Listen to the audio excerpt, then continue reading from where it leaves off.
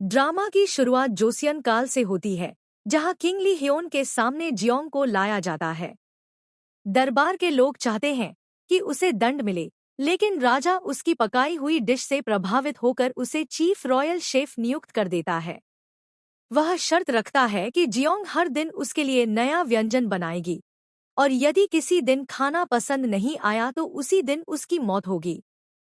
Jeong खुद से सोचती है कि वह तो आधुनिक दुनिया में 3 स्टार रेस्टोरेंट की हेड शेफ बनने वाली थी, लेकिन अब इस युग के राजा की शेफ बन गई है। इसी बीच कहानी फ्लैशबैक में जाती है। साल 2025 फ्रांस में आयोजित कुकिंग प्रतियोगिता का दृश्य दिखाया जाता है। जियोंग का स्टोव काम नहीं करता, तो वह सूझबूझ से भूसा जलाकर खाना पकाती है और जजों को चकित कर देती है। अंततः वही प्रतियोगिता की विजेता बनती है। उस रात जश्न मनाते हुए वह अपनी जीत का आनंद लेती है और अगली सुबह पिता से फोन पर बात करती है। पिता कहते हैं कि वे गर्वित हैं और याद दिलाते हैं कि आज सूर्य ग्रहण है। साथ ही उसे एक जोसियन काल की किताब लेकर आने को कहते हैं, जो एक दोस्त ने भेजी है। जियोंग किताब ले भी लेती है और यात्रा पर निकलती है। विमान में बैठते हुए उसे भोजन परोसा जाता है और खाने से पहले वह उस पर एक खास क्रीम लगाती है। तभी अचानक साथी यात्री की चाय गिरने से किताब भीग जाती है। जियोंग उसे सुखाने के लिए बाथरूम में जाती है और यहीं से उसकी समय यात्रा की अनोखी कहानी की शुरुआत होती है। जियोंग को पता चलता है कि जो किताब उसे मिली थी, वह दरअसल प्राचीन रेसिपियों से जुड़ी हुई है, लेकिन उसका एक पन्ना फटा हुआ है। जब वह उसमें लिखी एक पंक्ति पढ़ती है, माय डियर, अगर तुम इसे कभी पढ़ो तो क्या मेरे पास आ सकते हो? तो किताब अचानक चमकने लगती है। जियोंग सोचती है कि यह कोई जोसियन काल की रोमांटिक कहानी होगी, लेकिन तभी उसके चारों ओर चीजें हिलने लगती हैं, रोशनी टिमटिमाने लगती है और उसकी आवाज किसी तक नहीं पहुंचती। किताब अपने आप खुल जाती है और एक रहस्यमयी रोशनी की जंजीर उसे अंदर खींच लेती है। इस तरह वह समय में पीछे जाते हुए सीधे जोसियन काल के जंगल में पहुंच जाती है। वहां वह एक जाल में गिरकर फंस जाती है। उसी जंगल में राजा ली ह्योन अपने सैनिकों के साथ शिकार पर होता है। हिरण पर तीर चलाने से पहले उसे अपनी मां की याद आती है, जो कभी रानी थी, लेकिन साजिश के कारण गद्दी से उतार दी गई थी। अंततः ली ह्योन हिरण को मार देता है और कहता है कि शिकार जारी रहेगा। उसका सेनापति चांगसुन उसे सावधान करता है कि रात हो चुकी है और दुश्मन हमला कर सकता है, लेकिन ली ह्योन उसकी चिंता को नजरअंदाज करता है। महल में इस बीच एक धार्मिक रिचुअल की तैयारी चल रही होती है। महारानी डाउजर इंजू, जो ली ह्योन की दादी है, अपने पोते की गैरमौजूदगी से परेशान होती है। दरबारी स्त्रियां कहती हैं कि राजा को आज शिकार पर नहीं जाना चाहिए था, लेकिन इंजू गुस्से में उन्हें चुप करवा देती हैं। वह मन ही मन सोचती हैं कि ली ह्योन अपनी मां के साथ हुए अन्याय को याद करके ही यहाँ नहीं आ रहा। बाहर आए अधिकारियों के बीच भी यही चर्चा होती है कि राजा क्यों नहीं पहुंचा, और वे पूछते हैं कि सचिव सोंगजी कहाँ है। किसी ने जवाब दिया कि वह चाहंग गया है, जहां से राजा के लिए सुंदर स्त्रियां चुनी जाती हैं। इसी दौरान ली ह्योन अपने अंगरक्षकों से कहता है कि वह और भी हिरण मारेगा और पुरस्कार पाएगा। उसका बॉडीगार्ड उसे याद दिलाता है कि आज सूर्य ग्रहण का दिन है और उसे अनुष्ठान में उपस्थित होना चाहिए। अगर राजा रिचुअल से चूकता है तो कहा जाता है कि स्वर्ग उससे नाराज हो जाएगा और उसे महिला भूत दिखाई देगी, लेकिन ली ह्योन ऐसी बातों पर यकीन नहीं करता। दूसरी तरफ जियोंग अब भी जंगल में जाल में फंसी हुई थी। अचानक एक तितली की खुशबू से उसकी आंख खुलती है। वह मदद के लिए चिल्लाती है, लेकिन वहां कोई नहीं होता। फोन निकालती है तो उसमें सिग्नल नहीं मिलता। हैरान होकर कहती है कि मैं तो प्लेन के बाथरूम में थी, यहाँ कैसे आ गई। उधर ली ह्योन को लोमड़ी दिखती है और वह अकेला शिकार करने निकल पड़ता है। तभी जियोंग को अपने पास एक तीर दिखाई देता है। पास ही लोमड़ी आती है, उस पर तीर लगता है, लेकिन वह भाग जाती है। तीर की एक चोट जाल की रस्सी पर भी लगती है और जियोंग आजाद हो जाती है। डरकर पास के पेड़ के पीछे छिप जाती है। तभी ली ह्योन आ जाता है। जियोंग उससे कहती है, तुम मुझे क्यों मार रहे थे? लोमड़ी तो उधर भाग गई थी। ली ह्योन को वह संदिग्ध लगती है और तीर उठाता है, लेकिन जियोंग भागकर चट्टान तक पहुंच जाती है। वहां स्टन गन निकालकर उसे रोकने की कोशिश करती है, लेकिन ली ह्योन आसानी से उसे छीन लेता है और पूछता है, तुम कौन हो? जियोंग पलटकर कहती है, पहले तुम बताओ। ली ह्योन को अपने अंगरक्षक की बात याद आती है कि रिचुअल मिस करने पर महिला भूत दिख सकती है। उसे लगता है कि यह कोई भूतनी है और मजाक में उसे भिखारी भूत कह देता है। जियोंग कहती है, हाँ, मैं भिखारी जैसी दिख रही हूँ, लेकिन भिखारी नहीं हूँ। तकरार बढ़ती है और जियोंग गुस्से में कहती है कि उसे ताइक्वांडो आता है और वह कुछ स्टेप दिखाकर साबित भी करती है। ली ह्योन के तीर खत्म हो जाते हैं, तो जियोंग हंसकर कहती है, अब मैं पुलिस में तेरी शिकायत करूंगी। मुझे बड़े बड़े टूर्नामेंट वालों की जान पहचान है। ली ह्योन तलवार निकालकर कहता है कि उसे उसकी कोई बात समझ नहीं आ रही। जियोंग स्टन गन चलाती है लेकिन काम नहीं करता। तभी अचानक कोई और तीर चलाता है और वह ली ह्योन को लग जाता है। गिरते हुए वह जियोंग से कहता है, तुम बागी हो, और दोनों पानी में गिर पड़ते हैं। इसके बाद सैनिक वहां आते हैं और राजा की तलाश शुरू करते हैं। वहीं जमीन पर जियोंग का बैग भी मिल जाता है। दूसरी ओर सोंगजे अपने पिता के साथ चाहोंग से लौट रहा होता है और उन्हें अपनी यात्रा के अनुभव बताता है। फिर दृश्य बदलता है। जियोंग को होश आता है। वह देखती है कि ली ह्योन सचमुच घायल है और उसके शरीर में तीर लगा है। दुविधा में पड़कर वह सोचती है कि अब क्या करे। अंततः अपना स्कार्फ निकालती है और उसके घाव पर बांध देती है। जियोंग राजा के घाव पर वैसलीन जैसी क्रीम लगाती है और मदद के लिए पुकारती है, लेकिन आसपास कोई नहीं होता। वह सोचती है कि उसे इमरजेंसी नंबर पर कॉल करना चाहिए, मगर उसका फोन बैग में छूटा रह गया है। तभी ली ह्योन होश में आता है, चाकू निकालता है और कहता है कि उसे पता है जियोंग उसे मारना चाहती है। जियोंग चिल्लाकर कहती है कि वह क्या बकवास कर रहा है, उसने ही उसकी जान बचाई है। लेकिन ली ह्योन शक करता है कि इसके पीछे उसका कोई मकसद जरूर है। गुस्से में वह जियोंग को मारने की कोशिश करता है, लेकिन जियोंग लात मारकर उसका चाकू छीन लेती है और चेतावनी देती है कि उसके पीछे मत आना। ली ह्योन अपना परिचय राजा के रूप में देता है, लेकिन जियोंग को लगता है कि यह सब किसी फिल्म या शूटिंग सेट का हिस्सा है।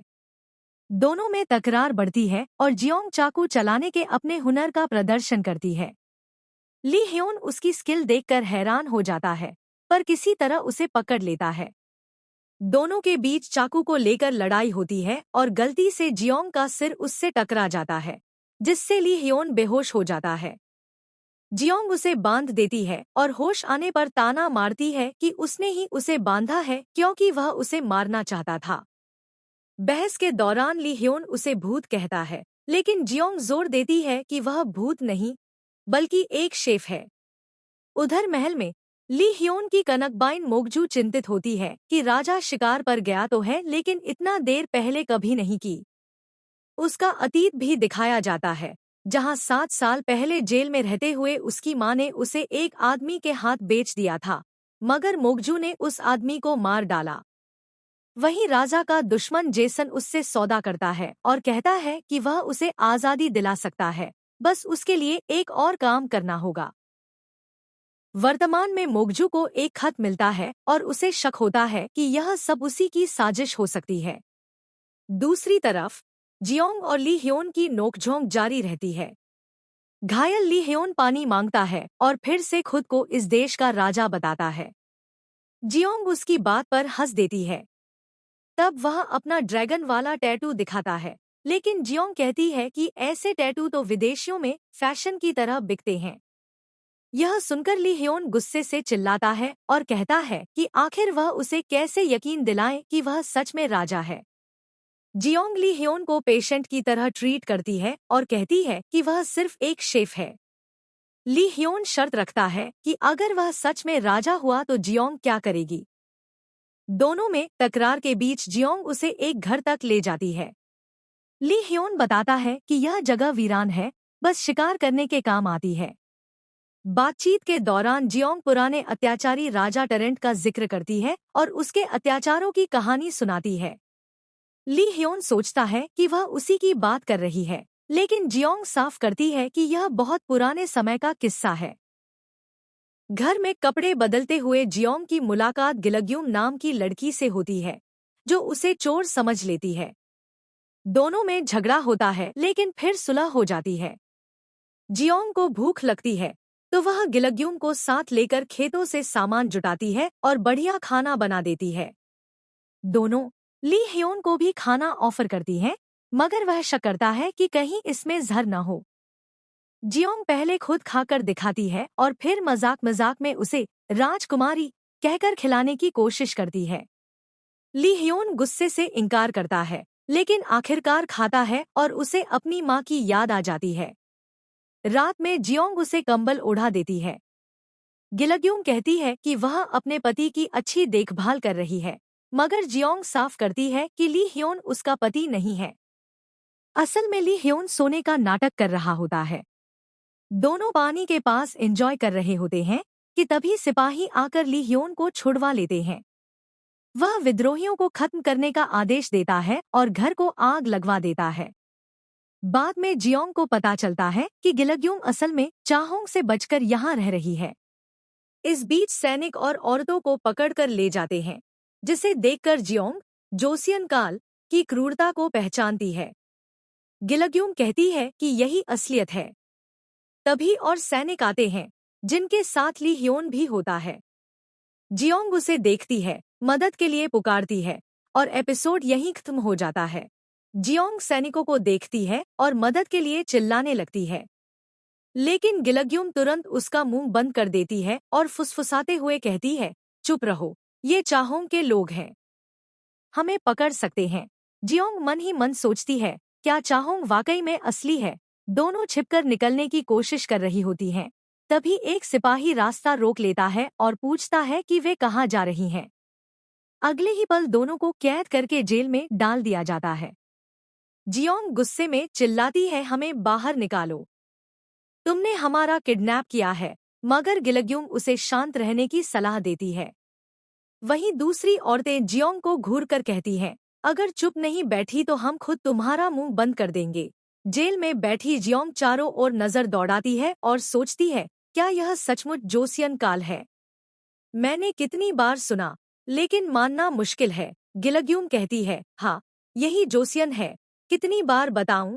पर जियोंग मानने को तैयार नहीं होती और फिर से शोर मचाती है। आखिरकार सैनिक आकर उसका मुंह बंद कर देते हैं। इस सन्नाटे में जियोंग अपने अतीत को याद करने लगती है, वह दिन जब उसने कुकिंग कंपटीशन जीता था और कितनी खुश थी। लेकिन अब सोचती है, मैं यहाँ कैसे फंस गई।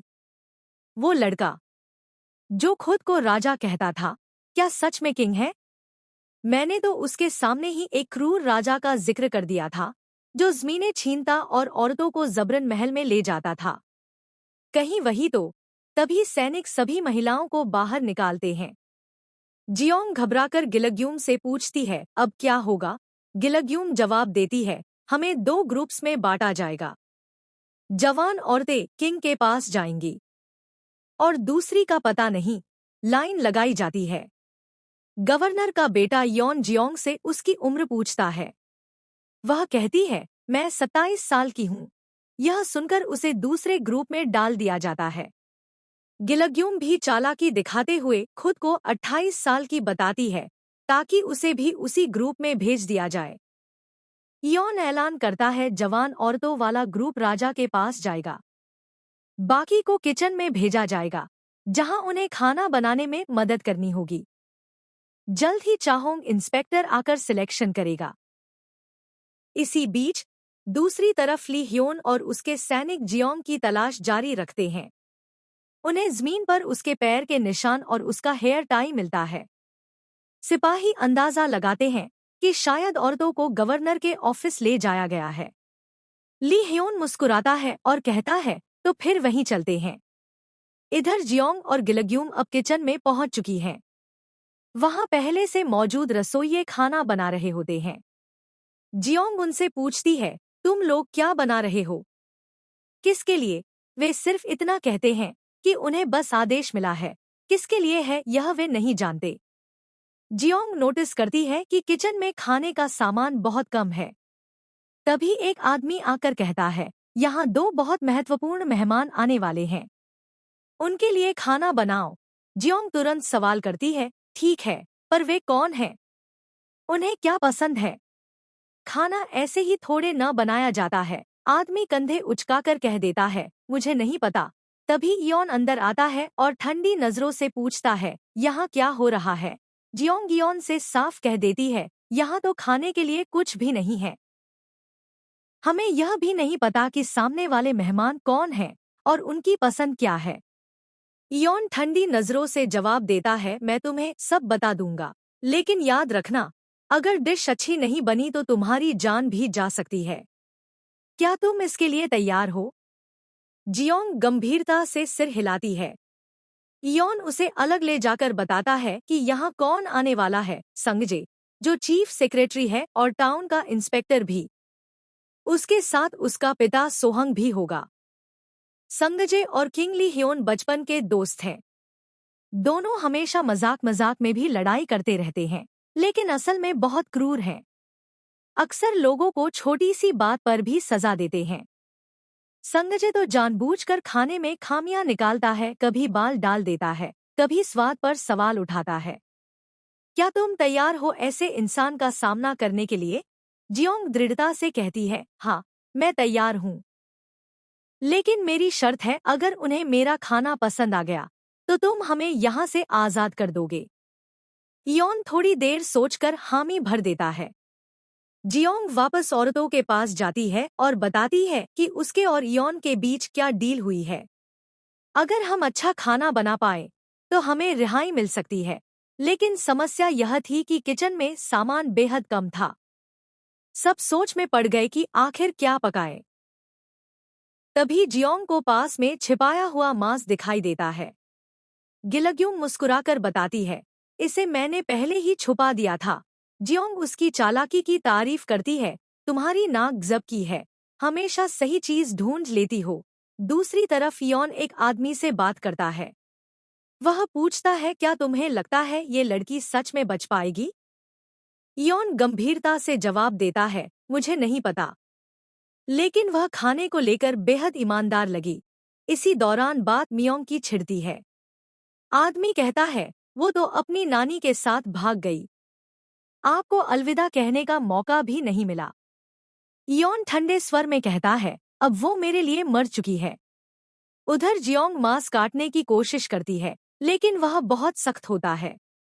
वह सोच में पड़ जाती है कि आखिर क्या किया जाए। थोड़ी देर बाद उसे अपने पिता की दी हुई कुकिंग बुक याद आती है। उसमें लिखी सुस्वीड तकनीक उसके दिमाग में चमक उठती है, लो टेम्परेचर और वैक्यूम के अंदर धीरे धीरे पकाने का तरीका। वह मांस को छोटे छोटे टुकड़ों में काटकर धागे से बांधती है और उसे गर्म पानी में लटकाती है। पानी का सही तापमान जानने के लिए अपने हाथ का सहारा लेती है और जरूरत पड़ने पर उसमें ठंडा पानी मिलवाती है। धीरे धीरे उसे अंदाजा हो जाता है कि किस टेम्परेचर पर मांस को पकाना है। दूसरी तरफ मोगजू अपनी नौकरानी बोसुन से खबर लेती है, गवर्नर ऑफिस में क्या हुआ? बोसुन बताती है, संगजे और उसका पिता वहां पहुंच चुके हैं। मोगजू मुस्कुराती है, जब गवर्नर की पोती मियोंग को चाहोंग के सामने पेश किया जाएगा तब गवर्नर का चेहरा देखने लायक होगा। अब सीन गवर्नर ऑफिस में शिफ्ट होता है। संगजे और सोहंग पहुंचते हैं और योन उनका स्वागत करता है। इधर जियोंग अपने सुस्वीट मेथड पर काम कर रही है। हर स्टेप उसे अपने पिता की किताब से याद है। आखिरकार खाना तैयार होता है और संगजे को परोसा जाता है। संगजे प्लेट देखकर भौहें चढ़ाता है, यह क्या है? बस साधारण मांस के टुकड़े? तुम हमारा अपमान कर रहे हो। योन तुरंत झुककर कहता है, महाराज माफ कीजिए, ये हमारे यहाँ के नए कुक हैं। संगजे गुस्से में कहता है, ऐसे नहीं चलेगा। जिन्होंने हमारा अपमान किया है उन्हें हमारे सामने लाओ, उन्हें सजा मिलनी चाहिए। योन मजबूरी में अपने आदमी को आदेश देता है कि औरतों को ले आओ। जियोंग हैरान रह जाती है, ये क्या हो रहा है? तभी उसकी नजर खाने पर पड़ती है। वह सोचती है, इन्होंने तो खाना चखा ही नहीं। जियोंग हिम्मत जुटाकर बोल पड़ती है, आपने हमें खाना बनाने को कहा था और हमने वही किया, लेकिन बिना चखे ही हमें पनिश करना नाइंसाफी है। पहले खाना चखना चाहिए, अगर अच्छा न हो तो हमें सजा दें। संजय उसकी आंखों में देखते हुए कहता है, तुम काफी बोल्ड हो। ठीक है, हम यह खाना चखेंगे, लेकिन अगर यह अच्छा न निकला तो तुम्हारी जान जाएगी। क्या तुम इसके लिए तैयार हो? जियोंग बिना डरे जवाब देती है, हाँ, मैं तैयार हूँ। इसी बीच संजय मुस्कुराकर और ज्यादा ड्रामा करता है, गवर्नर, तुम हमारे लिए कुछ नहीं कर पाए, लेकिन मैंने एक और मजेदार इंतजाम किया है। सैनिक एक लड़की को खींच कर लाते हैं, वह मियोंग थी। इयोन जैसे ही अपनी बेटी को देखता है, दौड़कर उसे गले लगा लेता है। गवर्नर का चेहरा गुस्से से लाल हो जाता है। वह मियोंग को मारने के लिए आगे बढ़ता है, लेकिन रुक जाता है क्योंकि सैनिक साफ कर देते हैं कि वे चाहोंग से हैं। यानी गवर्नर चाहकर भी कुछ नहीं कर सकता।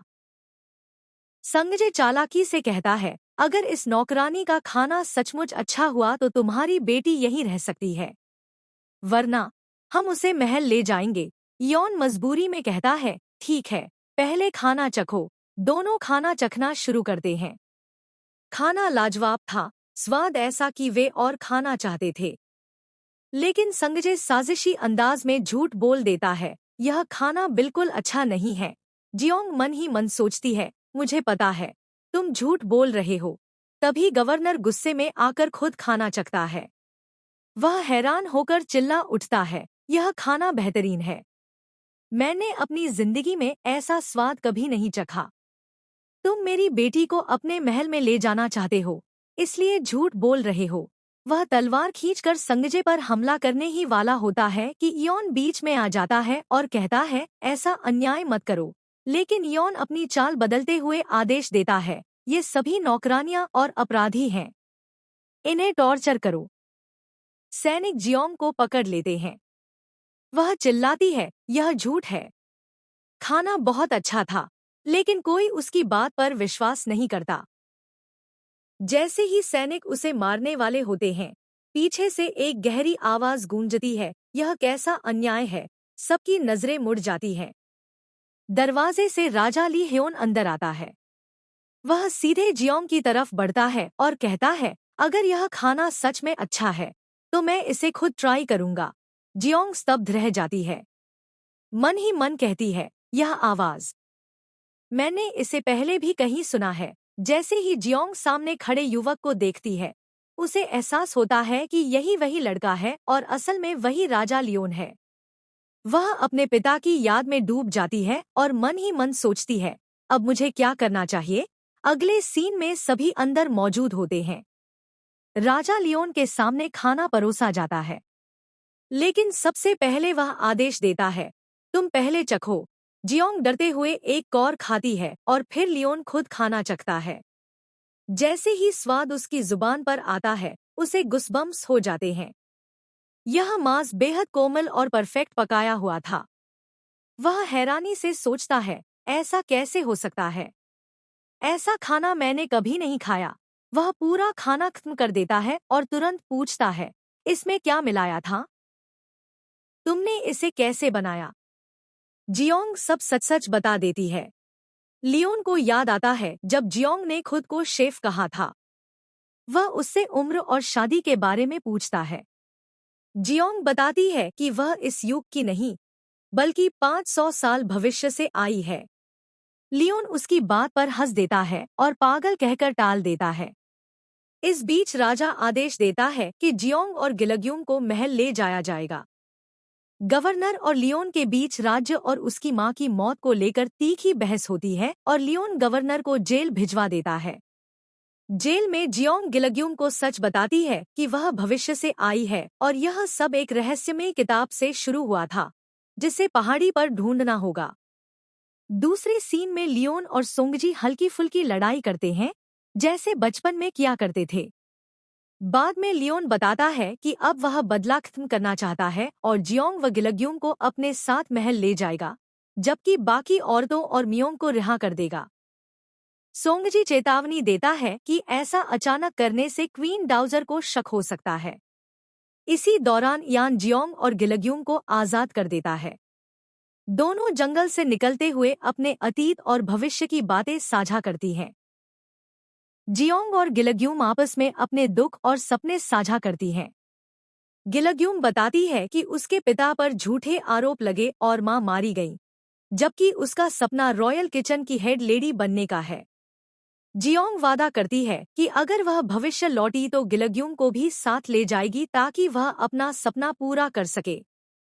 दोनों पहाड़ी पर बैग ढूंढने पहुंचती हैं, लेकिन तभी लियोन और सैनिक वहां आ जाते हैं। लियोन जियोंग का बैग लाने का आदेश देता है, मगर बाद में उसे जमीन पर फेंककर कहता है कि अब उसके पास भागने की कोई वजह नहीं रही।